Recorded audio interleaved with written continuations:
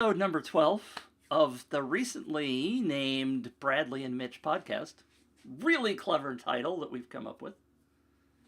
And guess what? I don't have you on screen. I don't think my audio is being broadcast either. Oh, there we go. Hey, there I am. So wait, hold on. Before we announce anything, look, this is the way technology works. Sometimes you get here and you flip the switch and it's like magic. It happens like it's supposed to. Other days, you get up, you drink your coffee, you sort of, I don't know, shuffle over to the keyboard and you sit down and you turn it on and there's an electronic gremlin everywhere. So today is one of those days, and it's going to be one of those kinds of shows. It's going to be all right. Yay! All right. I had one of those yesterday. As you know, I arrived to do my usual podcast. Whoa. Did you see that? Wow. Did you hear what is that? What the heck is that? That? I've never had that happen on any live stream, so bravo, Bradley. Congratulations. I have no idea what just happened. What happened? So, over on Twitch, they have these things that yesterday I had this problem.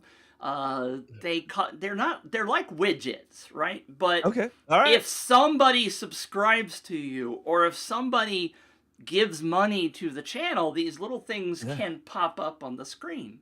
Okay, everyone, we want to hear all kinds of those little pop-up things. I mean, I'll be distracted all morning. I'm good with that. Yeah. So what that meant was that somebody just subscribed to my channel over on Twitch because we're broadcasting over there. So I wasn't paying any attention to the name of that person. So whoever you were, thank you. Yeah, way to go. Way to go. And stay tuned because we got some funny stuff that's happening normally. Yeah. Give me a comment over there on Twitch. The gal who just subscribed. There it is. There's the comment. Look at this. Look at this. So, PFLAU Menmus. Blasphemous. That's right. Can I buy a vowel? That's awesome. Yes. I feel like Vanna White. We're flipping over letters and we still can't figure it out. Now, I'd like to solve the puzzle. Okay. The answer is... Yeah. I don't know. You said you were going to solve the puzzle. Oh, well, the answer is 32. There we go. It's all good. All right. It's all good. Crazy town. Yes. Yeah. So out of all of this, what we're going to be talking about later today is a rumor, and the rumor was something about Facebook ads and not advertising sweepstakes, giveaways, and that kind of stuff. And we'll be talking about that in a minute, but the bigger picture here, I think, is traffic. How do we get traffic? How do we make sure that traffic goes to these campaigns? What's good traffic? What's bad traffic? And we've had a conversation kind of like this before. But if we were to rank effective traffic sources, like sort of least effective to most effective, and you were to have to pick 4 or 5. In your experience, Mitch, what would they be? What would be least effective to most effective? What a great question. Thank you for asking great question. As gonna have this tickle in my throat. As we discussed before, I've not done a lot of Facebook advertising, and most of my clients haven't done that either.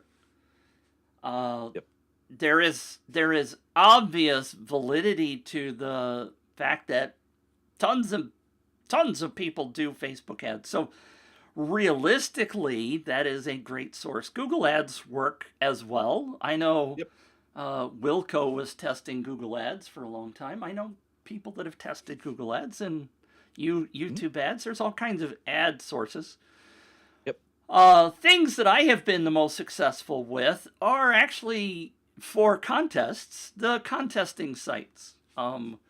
I built a good relationship with a site called Sweepstakes Advantage, and I've tested those with clients, and the clients seem to find them very successful. Now, there are limitations to something like Sweepstakes Advantage.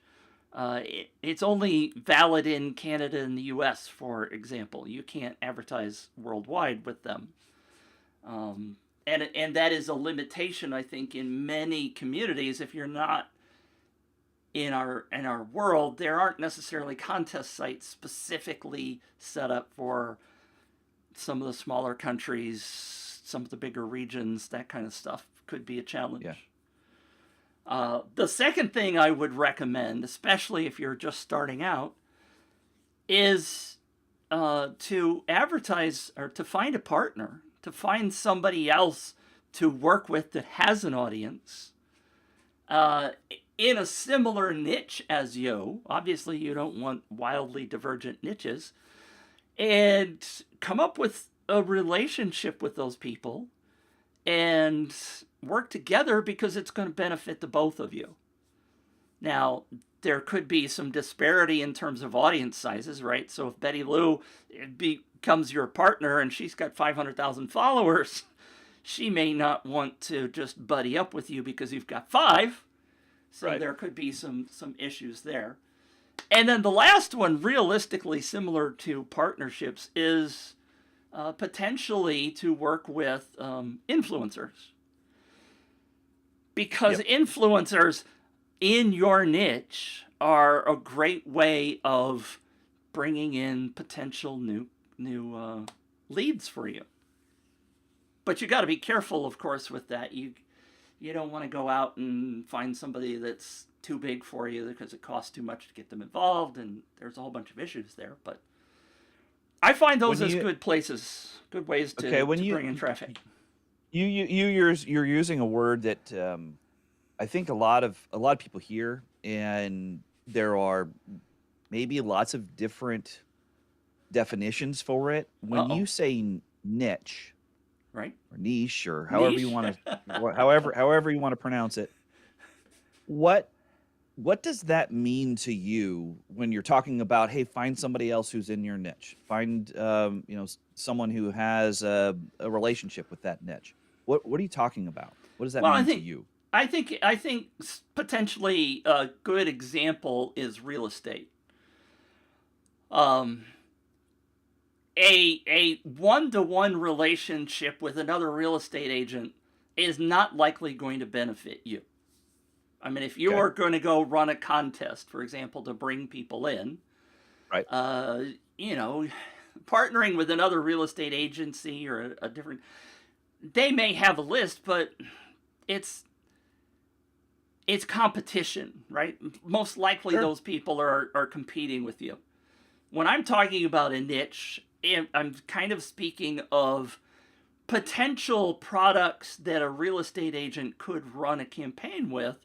And that would be things that the buyers of a house or the sellers of a house would be interested in, like an alarm company or the welcome wagon kind of stuff. Things that people would bring to your house, cleaning, roofs, all that kind of stuff are within the niche of a real estate agent. It's a little bit broader potentially than just real estate, but right. bringing complementary services in is maybe a better way of saying it, to escalate a campaign, because then you've got more interesting prizes, you've got more attractiveness and more usage, right? Because a real estate agent is only going to serve you one time, potentially in a 2, 3, 5 year time frame. So does that help?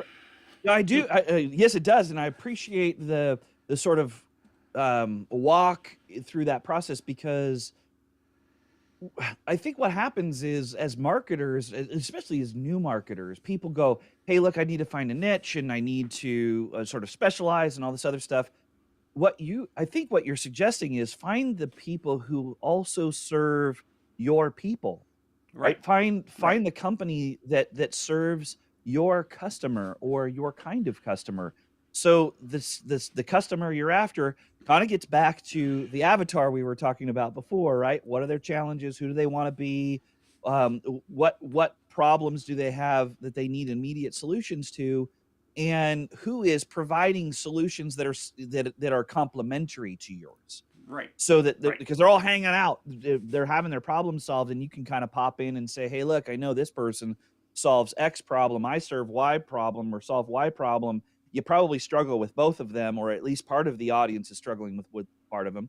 And now we can partner up, and everyone benefits from this Right. exercise, right? Right. So the list grows on both ends, and the Facebook user, whoever the Facebook user is, we just It's don't know your Deborah. name. It's Hey, Deborah. Deborah. You're right. Yeah, find the peanut butter to your jelly.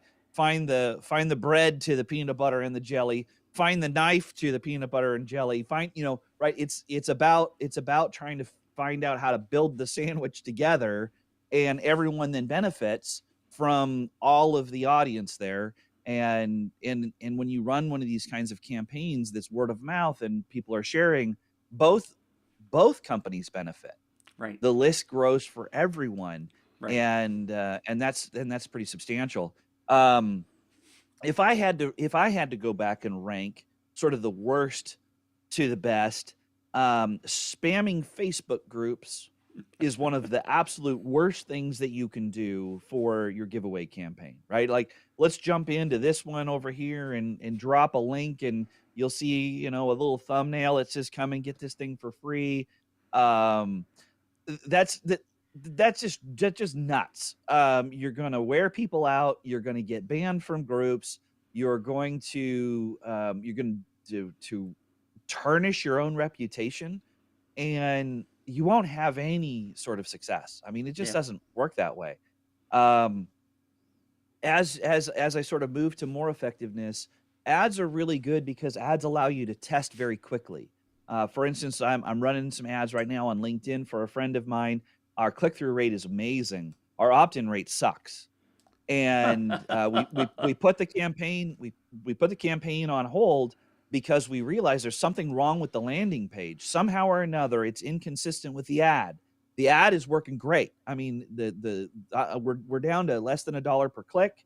We are attracting a pretty amazing audience. We have some really amazing digital demographic data. It's the right audience. They're just not taking the offer. So there's something wrong with the offer, and that's okay. We'll work on the offer. That's what we do here, right? But and to find out this information, what did it cost us? It cost us 50 or $60. And Yeah. now all of a sudden we have an answer. We know the ad works. Now let's go fiddle with the landing page and sort it out. And once we sort all that stuff out, then a viral campaign off of somebody else's list is going to work really good, right? That partnership will work because we know that the campaign itself works. It attracts the right people and what have you, and we shouldn't have to pay for every click. And then as we keep moving forward, like you said, this partnership, and then the absolute best is your own dang list, right? So everyone that already has a list has their people, right? It's from your own Facebook group, it's from your own crowd, it's from your own fans, um, who already know you, they appreciate you, and you already speak their language. They're trusting that you're going to deliver something really cool, and that's so. I mean, if I had to put it on a continuum there, right? The very worst, let's go spam some folks, to the very best, the people who know you best, they're your friends. They adore what you're doing. They're on your list, and they're interacting with you. So, um, I don't know much more to add to that sort of list. I do know that the original question we were going to be asked was about a Facebook rumor, but what's in the chat box that we might need to address, if I anything? I don't know. That I've been trying to think about this. So our new friend over on Twitch says there's no cam, and I don't know what that means. I don't know what that means either. I currently don't have Twitch up, so Okay. making the assumption that our cameras, which was what I would Yeah. assume on cam. Yeah. So if you want to give us a little bit more information on that, we appreciate you being here. So Yeah, we're and the trying to. feedback is great because we'd like to make sure that everyone who is seeing this is actually seeing it. And I haven't checked Facebook or anything else. Well, I know Deborah's seeing it over in my Facebook group, so that's working. So Yeah. Oh, I give see us it. Yep. Give us That's it. a slight second. I will see if I can log into Twitch and see what's going on Okay. there. All right. While do you want to talk about this rumor that Sure. you? Yeah. So this is what happened.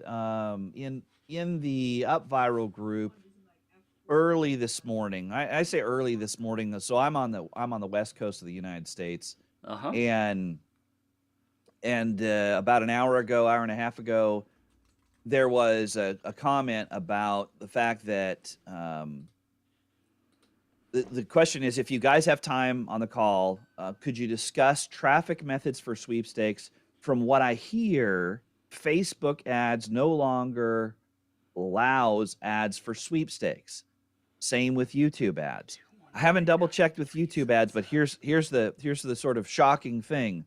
If you can either confirm or dispel some of these rumors on your own, and that's part of why I wanted to talk about this.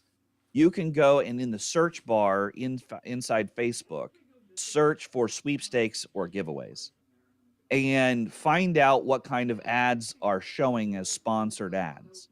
What you'll find is if you do that in Facebook, what you're going to find is that there are a whole slug of advertisements that are current, that are running now, that are for gambling, they're for giveaways, they're for sweepstakes, they're for free gift cards, they're for, I mean, all kinds of things.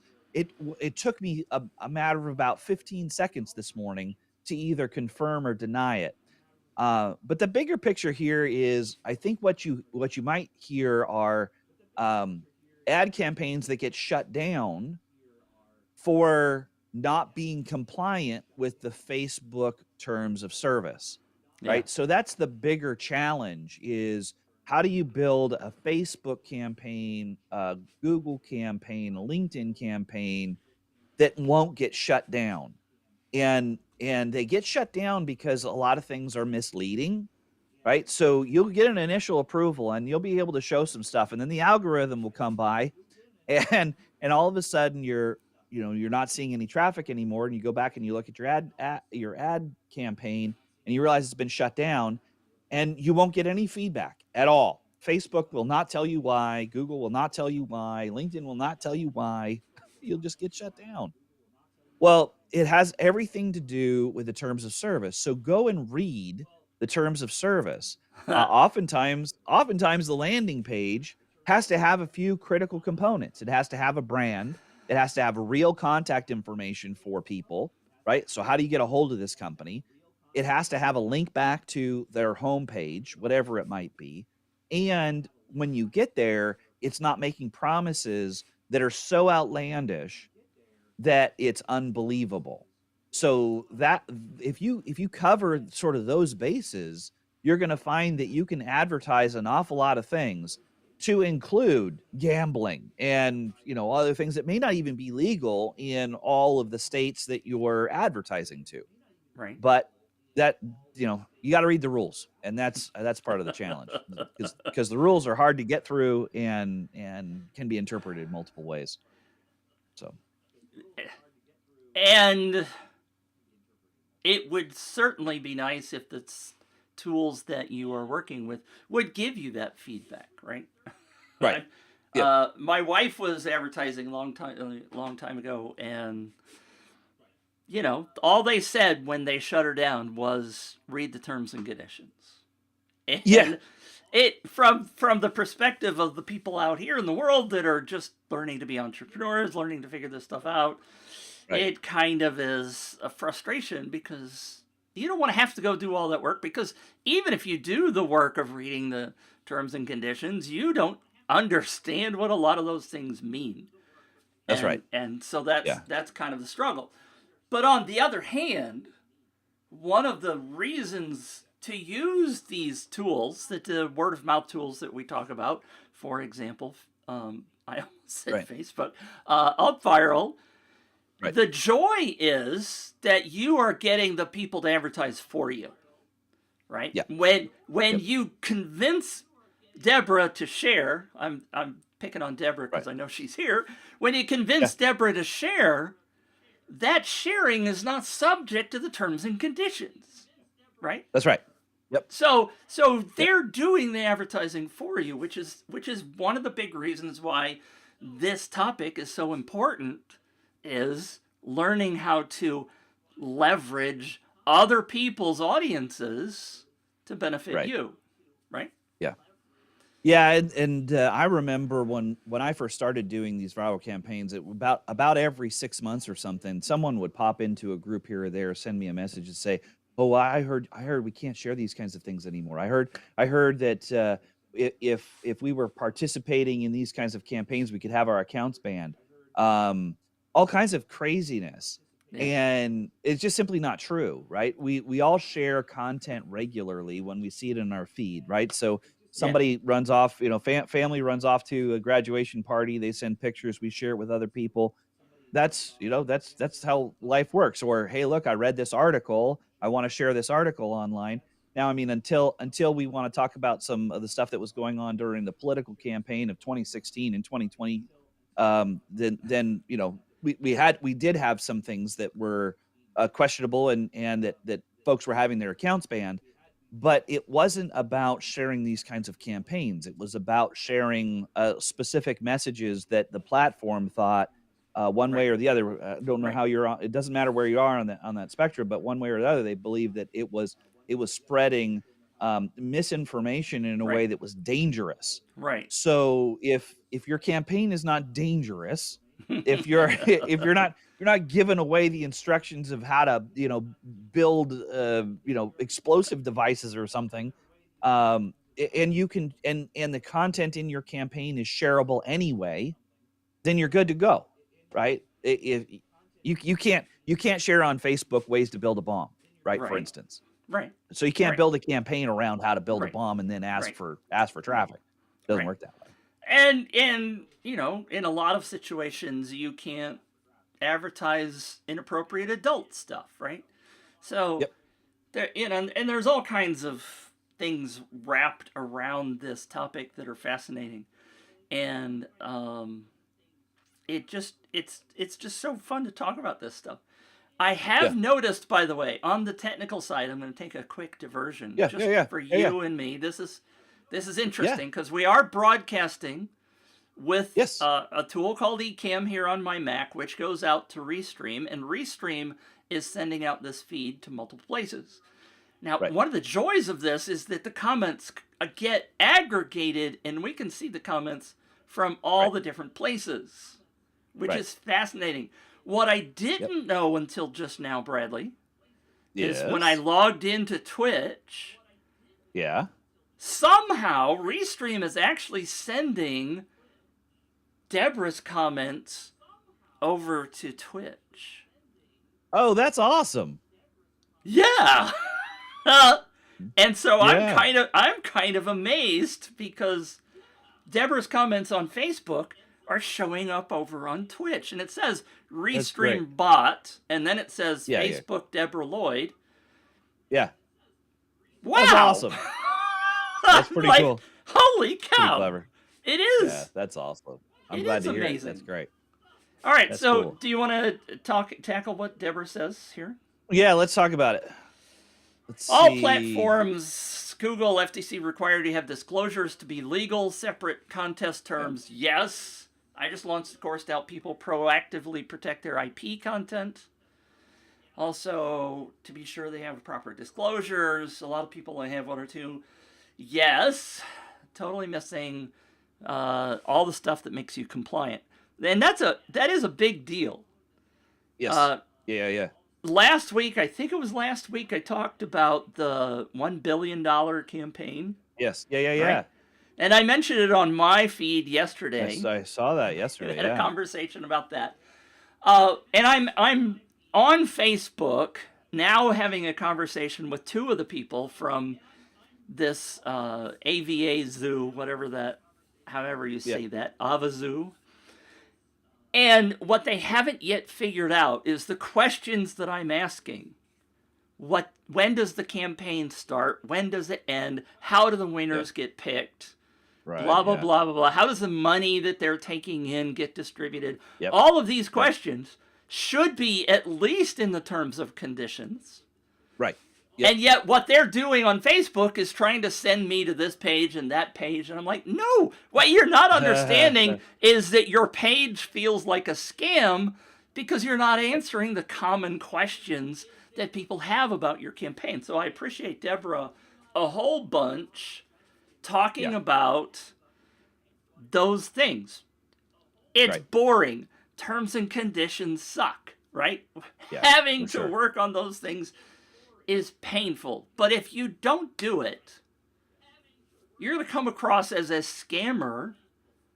Yeah. Trust is important, right? The people that you want coming to you, you want them to trust you because you want them to open your emails. They don't want you to shove you over as spam. So there's all kinds of things. Please make sure that if you're doing a campaign, trying to bring in the right traffic, trying to bring it back to the topic, that you're trustworthy. Don't be a scammer. Tell the people all the stuff. Because people do look for that information. I'll tell you, I've worked with contestants, people that enter contests on a daily basis. They look for that information because they want to make sure that they're not breaking rules, but they also want to trust the company that they're giving up their email address for. Right. Deborah's just typing away over there. Yeah, I know, it's awesome. And she's right. For some of these platforms, you can't get your ad even approved, right? So, and if you do get your ad approved, you have a chance of it just going offline because they'll catch up with you and realize that you don't have the terms and conditions in place. And they actually may shut down your advertising account altogether. They just may say you no longer have privileges. One of the things I was going to state here is that I had my attorney work on a copy of sort of a standard sweepstakes and giveaway terms and conditions, and I'm happy to share that as sort of a bonus to anybody who's interested. As we talk a little bit about how to help each other, here's my disclaimer in all of that. My attorney is not your attorney. Right. And because I paid my attorney doesn't mean that you shouldn't pay yours to at least review it for your own campaign, but it's a place to start and can save you a whole lot of money. I'm writing that one down, by the way. Oh, crap. My pen. What are you going to write down? What are you going to write down? You're going to write down that we're going to figure out how to offer everybody a copy of the terms and conditions in a way that they can try to use it. Oh, you're going to write down. Oh, talk to your attorney. Show topic. Legal. Oh yeah. Aspects. I can't spell, but that's a huge topic, right? It is. It is, absolutely. Lots of people, and I have spoken to contest attorneys, people who specialize in that. A lot of people just ignore that side of things. If you know contest specific attorneys, I wonder whether or not they would be interested in coming and chatting about it. Yeah, that would be great. I love Deborah. Bless your little heart. See, oh God, I did it again. Hey Deborah, he meant to compliment you, but he didn't. It's a Southern thing. It's okay. I'm gonna start talking like this and just make it more comfortable for all. Well, y'all come down now. You hear? It'll be all right. It'll be all right. Deborah, that's my other show. The membership thing is the other show. Bradley and I aren't. You got to get yourself oriented here, Deborah, as to which time you're talking to me. I have a membership that I'm doing in my other show. So was Deborah suggesting that everyone who's in your membership gets the template? Is that what it is? Yeah. Special deal. I don't know. You could offer it if you'd like. Well, I do find it interesting, and this will come up in the legal show again. But the legal challenge is so interesting because Viper, for example, and Viral Loops have terms and conditions. All you have to do is check a box, and your campaign automatically has terms and Yeah. conditions. You check a Yeah. box in UpViral that doesn't exist because Wilco Yeah. said, I wash my hands of that. That's Right. the user's issue. And so you Yeah. can't do that. Yeah. So now Deborah says, why don't you both do a Mitchy membership thing? Yes, Deborah, we could potentially do that. Because that means that Mitch would have to share the proceeds, and Mitch is now 65. He's on Medicare, and he needs every penny he can get. You got that right. Yeah, it's even worse now. See, here I am thinking when I go on Medicare, we're going to go and create a Medicare show. When you go on Medicare, now you have to pay for Medicare. Yep. And I'm also paying for insurance for the rest of my family. And it's almost double. So here I was thinking I was going to save a bunch of money, and now my insurance costs doubled. Yeah. Welcome to retirement. Oh man, that's but crazy. I don't have a deductible, but that's cool. That's awesome. So we digress from Facebook rumors all the way to Medicare. I'm impressed how this all works. How quickly it went downhill. Yeah. So it would regarding traffic then. I believe I can't even say it. I believe the last time we were talking about traffic, we sort of skipped over one other topic that we really didn't talk much about, and unless my memory is wrong, did we talk very much about solo ads? We briefly talked about solo ads, but we didn't get into it, primarily because I got no expertise there. You do, so I'm happy to have you pontificate on that. Yeah, so in that sort of continuum, solo ads, in my view, they're very close to the spamming a group version. Here's what a solo ad is if you don't know. A solo ad is where you talk to somebody else who owns a list, and so they own a list, but look, this is not a partnership. You're paying for them to send out an email on your behalf. That email is either a separate email to their list, and that's how the name solo comes up, right? Is that they're not associating it to anything else that they're doing. They're not endorsing you or anything else. They're just sending a message. The other is that they bury a headline and a 100-character description of what somebody will get when they click on a link inside their normal newsletter or their regular communication with you. That would be considered a solo ad as well. Right. Here's the challenge with solo ads.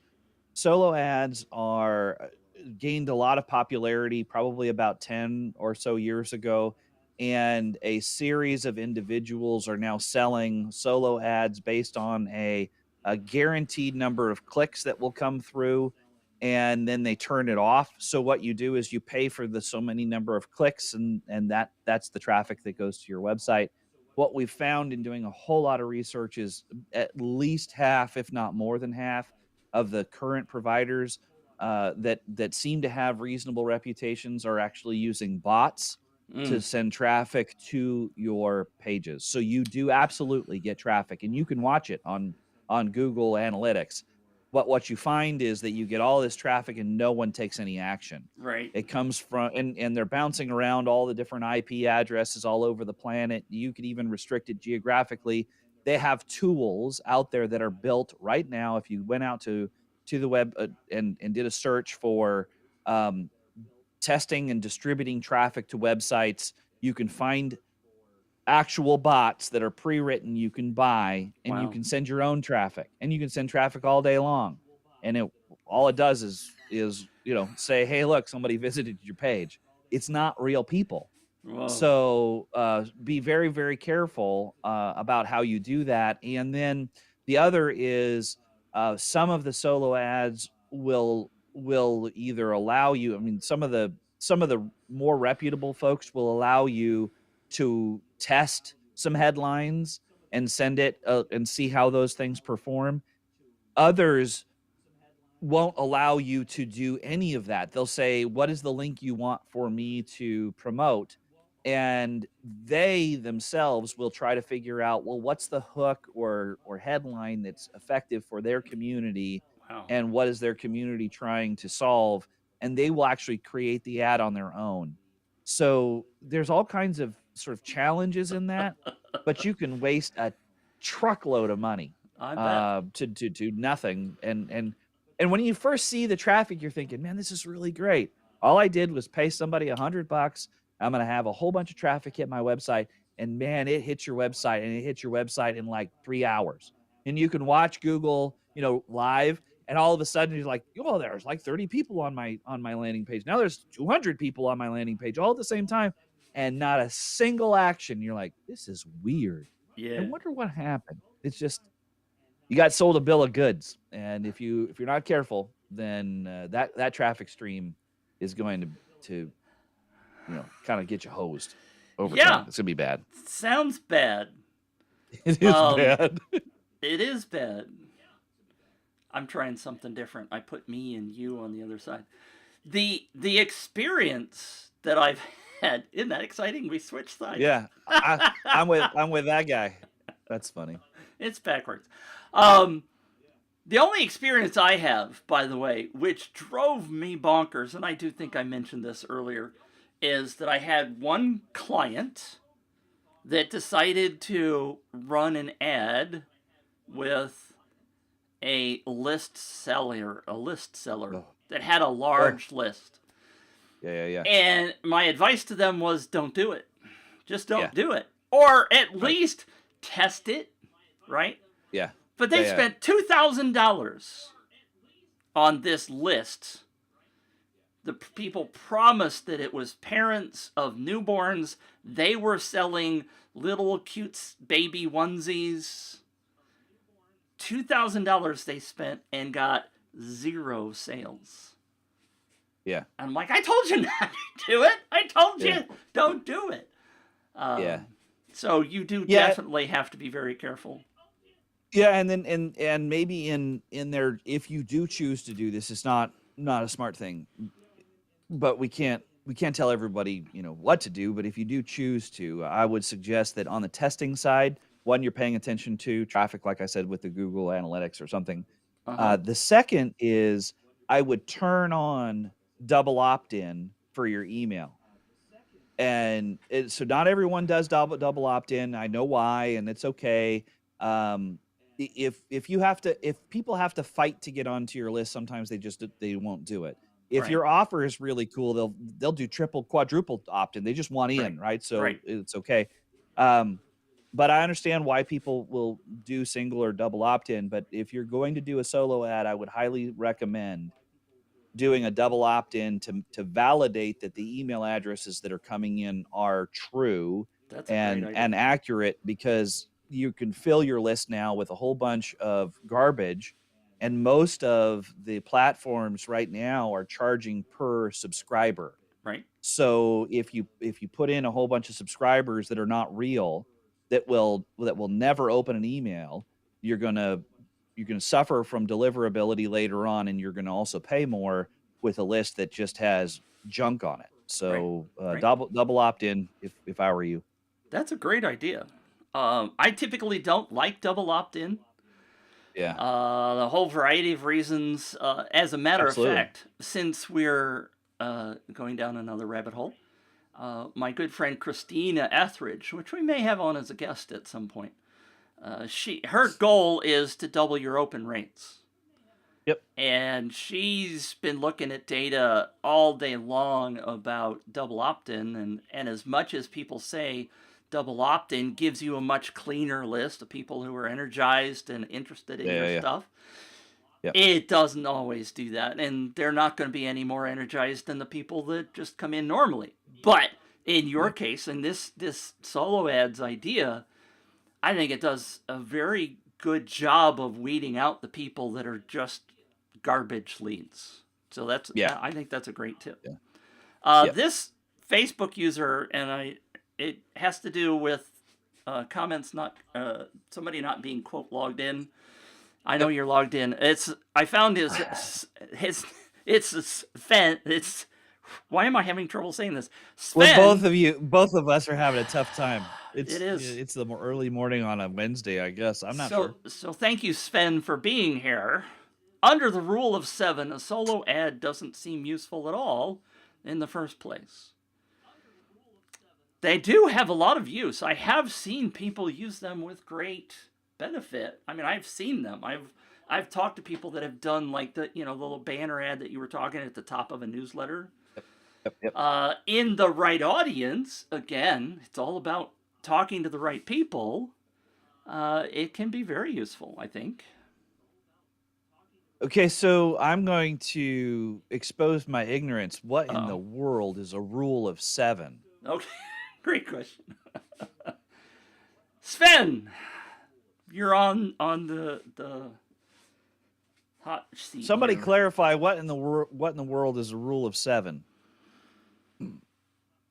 We're willing to learn something new on this show. Yeah, Did you so Google it? I Google it. I Google it, and it says marketing fundamentals, the rule of 7. But I have it, and it's one of the oldest principles in marketing. But that doesn't tell me anything. What in the world is it? Did you see the comment that just came in? Yeah, Simon, check him out. Simon, isn't that your Simon? Yeah, and he says he thinks I sound ill. Man. You must be in England. There is something wrong with the audio signal when it crosses the pond. I'm feeling amazing. I don't know why I would sound ill. So for those your headphones working? Those of you who don't know Bradley's background, Bradley and Simon used to do a podcast together that I would listen to periodically. So there's a relationship there. Yep. Yeah, no, it's awesome. I love it. So I love it. Deborah says, and thank you, Simon, for being here. I've heard the rule of 7 means people need 7 touches before they engage. Okay, and so that's what Sven says as well. Okay, so that the number of touches, and I've heard the number anywhere between like 7 and 12. Right. It can be a lot. So the first touch, I mean, even on a solo ad, it may make sense where the first touch is the ad itself, and then subsequent touches come through email before they buy something, right? I mean, that's the whole idea. Is it may not take you 7 touches to have them opt in. There's probably fewer touches to have them opt in, depending on what the lift is. I mean, if you want them to opt in with their name of their firstborn, their social security number, their address, and keys to your home, then the answer is it's going to take you much more than 12 for any of that. Deborah says, "Yeah, inflation pushed it up to 12." Very, very on point. Well, way to go, Deborah. Current reference. I'd like to blame this on Putin's war in Ukraine. We had to take some more touches for people to opt in. And the answer, by the way, from Simon is that he's on his phone. So of course he's sorry, dude. Yeah. That's the speaker's this big, man. Come on, dude. You got this. But we do appreciate you tuning in, Simon, and you can tell absolutely. You can tell me how I'm doing as a replacement. No, come on. We can't replace Simon. Oh man, that's funny. And so Simon and I have, I mean, I don't know how long he's been listening, but he and I have both had this experience with solo ads, and we did a number of shows on solo ads, and Simon is much more blunt and might I say a little more crass than I am. His language is a little saltier than mine. So when you listen to him talk about it, I mean, he's just going bananas on the other side of the microphone. So I can imagine what's going on right now. He's probably sitting in his car, driving someplace and listening to us. And he's going to run the car off the road. Dude, just keep it between the lines. Stay calm. It's going to be all right. Yeah, I do remember some of those shows got a little bit wild. So yeah, for sure. For those of you, I'm sorry, I'm going to interrupt. For those of you who are watching and listening and whatever, if you're here Yep. live in the comments.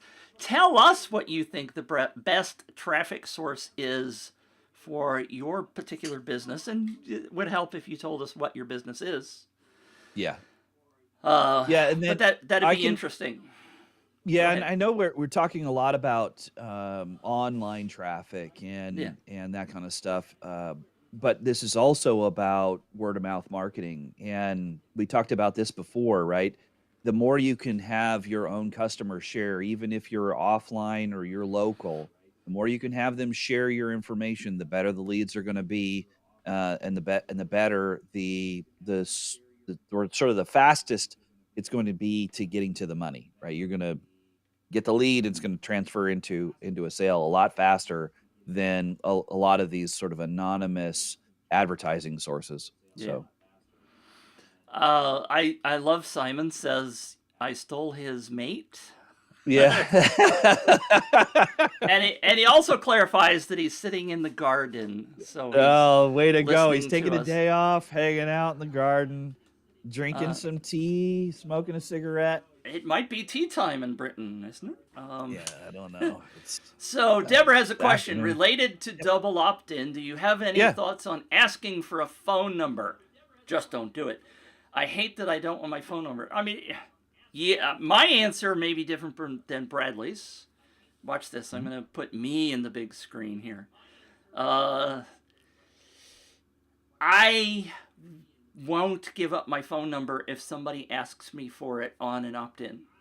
Or if I do have to put in an opt-in and it's good enough, I put in area code 123, phone number 1234567 So I will not give up my phone number.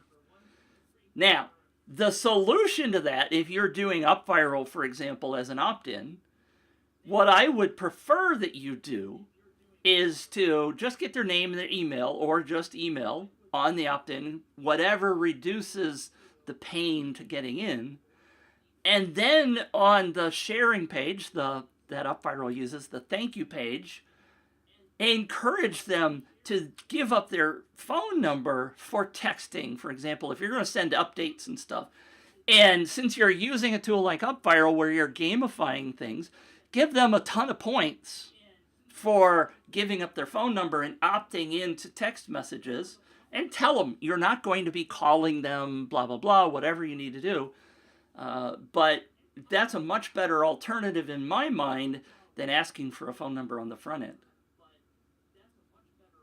Yeah, I'm not sure my answer differs very much, except that I was at a meeting a couple weeks ago where I sit on a membership committee for a fairly large nonprofit organization that's associated to professional services, and we actually had this conversation where folks were. But look, we have an amazing open rate. Our open rate is like 65% of our email right now, Nice. and click through rate is like 30 or 35%. So the content we're providing is incredibly relevant. However, when you talk to folks who don't sort of live in our world and you say, "Hey, look, 65% of the people are open in our email," they're like, "Oh my gosh, that means 35% are not. How are we going to connect with them?" And and I'm thinking, "Oh my gosh, if everyone had a 65% open rate, it would be amazing." Anyway, the conversation came up about, well, are we talking to them in the right channels? Are they hearing from us where they need to hear from us? And the conversation of phone numbers came up. And it was really interesting. Out of the 4 people who were sitting at the table chatting, half of the people said, "You know what? I'm good with announcements for reminders for events and things like that for this group on my phone." The other half were like, kind of like where you were, Mitch, to say, "Oh my gosh, I'm not giving up my phone number to somebody else to just beat up my inbox or, Right. have Right. me sit there reading text messages all day." Right. And the answer in our group was kind of like you, let's give them the option. If they prefer to be communicated that way, let's give them an option, but let's not require it. And Right. we can require it, I mean, we can give them the option up front, and we can reintroduce that over time And that's kind of where we're at right now is, hey, if you want to sign up for our newsletter, give us your name, email address, and the company you work for, which is normal in this kind of organization. It's fine. Yeah. Yeah. And then we're going to put in, for optional updates for, events and other things, put your, put your mobile number here and we'll send you text message reminders. Right. And we're going to see whether or not that works, but, Right. but not required. If, Right. if you make it required, I think it's way too heavy of a lift. Yeah. And the key there is to qualify. I've seen so many people ask for a phone number, and Yeah. our assumption out here is, oh my God, they're going to try to call me and sell me something, right? I don't want Yep. that. Yep. But Yep. if it's only for sending updates, then make sure you qualify that. Tell Yep. people what you just Yeah. said, because then I'm much more likely to go, okay, I'll opt into that because I can Yep. opt out of it. I'm not going to get somebody trying to heavy sell me on Right. the phone, right? So Yep. the key there is clarity. For Don't sure. Now Yeah. I've oh, by the way, it's also on the other side. If you ask somebody for a phone number, the possibility is, I'm sorry, I thought my computer was making sounds. Anyway, the possibility is that you are going to get more highly qualified people for your list because they are willing to give it up, right? They are Right. willing to potentially get that call. I saw a case study of a gym that was giving away exercise equipment and stuff like that with a phone number request. And what they did was they called the people that opted into the contest and they offered them a free gym membership for a month or whatever. Yeah. And their sales skyrocketed. So the people For that sure. were willing to give up their phone number were the people that turned out to be their real target audience. Yep. So I'm not saying, you have to give them the information, clarify why you're asking for the phone number, Yeah. reduce the lift. I love that phrase. Reduce the lift so they understand whether you're going to call them or not. And then they'll be much more likely to A, trust you. We're going back to the trust issue again. Yeah. And Yep. B, they may actually be a much better person on your list. Yeah. Absolutely, for sure. And this sort of gets to one of the topics and where we were talking about earlier. In a future show, we're going to talk a little bit about content and how to, we talked about open rates and other things, but how to keep people glued there and how to not, wear out your list. And so I think we should pick that up sooner or later. But in the meantime, is there another comment here we got to address before we sort of land the plane? No. It's 8 o'clock my end, and we're gonna have to hang up here pretty soon. Yeah. Did you see, by the way, that I just sent you a private comment between us? Yeah, I and learned thank just you. yesterday that this software lets you and I communicate without talking to them. Oh, what a brilliant idea. Ooh, it's secrets. I just told Nobody Bradley, hey, knows. we're at 52 minutes, by the way. Oh, you didn't have to disclose what we were talking about. I like the mystery of it all. Well, that's the only one I'm ever going to say. I like people to know the real truth behind the scenes. That's all. Yeah, no, I get it. I I'm discovered. all right I with discovered. transparency. It's just more fun. I discovered something fun. Well, we can tell all kinds of secrets on the next show. Now that you know it's there. The last thing that Deborah said is maybe that's where the rule of 7 really does kick in. It's about trust and credibility, and that you won't abuse it. Yeah. Yeah, I mean, for trust sure. is a big deal for me. It is. Me too. I Me too. really don't like things that potentially cause me pain. And Right. and if you at least tell me the pain that you potentially could cause me, I'm much more Yep. likely to trust you. Yeah. Yeah, Simon's, and maybe go ahead. go ahead. No, I was I was finish your thought. I was gonna say maybe one of the things that we should do on this on another show too. I'll see if I can put it in the Trello board, but to talk about how to establish trust and credibility, Yeah. authority, that kind of stuff on these campaigns because it does dramatically impact the conversion rate. Yeah, absolutely. So, yeah, for sure. Simon says it's time for you to go to bed. No, It's I eight think eight he's trying to o'clock. say. I think he's trying to say, hey, look, it's on this end over here in England. It's probably bedtime or the afternoon time for a nap or something. I Nap don't know. time, yeah. Thank you. So, anyway, how do people get a hold of you? Let's land this thing and let's get out of here. How do people get a hold of you and have you help them with their campaigns or help them get more leads and whatnot? Well, I have this very famous slide called Reach Me Over at contactmitch.com. My daughter discovered yesterday, 2 days ago, that these QR codes have expired and they want money from me. So I'm going to be replacing that. That QR code doesn't work if you try to scan it. So Interesting. I signed up with a QR code place that I thought was free, and turns out they gave you free for 14 days, and then it's Yeah. so. Now they want your phone number. Yeah, and if I may, Yeah. I posted that same thing yesterday, and I had a gentleman. I almost said it. I stopped. Uh, I had a gentleman try to suddenly call me 7 times on Facebook Messenger.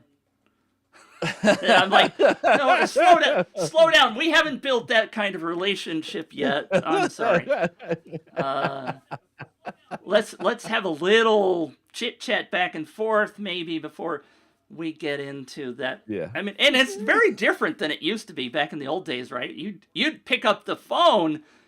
My Yeah. kids think this is astounding. You used to pick up the phone that was on the wall without knowing who was on the other end. Yeah, What? we didn't have caller ID, and that's when you had to go. Yeah. Yeah, no, I get it. And there was one phone in the house, and everybody heard the conversation because the cord was pretty dang short. Yes. Yes. That's the way it works. You couldn't do the thing that we do now where, oh, I got to get this, Yeah. and then you walk away. Yeah, walk away, right? Yeah, go into the other room, close the door, right? Yeah, for sure. So For how sure. I told you last week that I was Yep. gonna create a slide for you, and then I failed to Yep. do it. So No, that's where okay. can No, people that's get okay. you? They can get a hold of. So what right now, just so you all know, I'm putting together a viral marketing masterclass, and you can get a free seat at wordofmouthmarketingsecrets.com. Wordofmouthmarketingsecrets.com.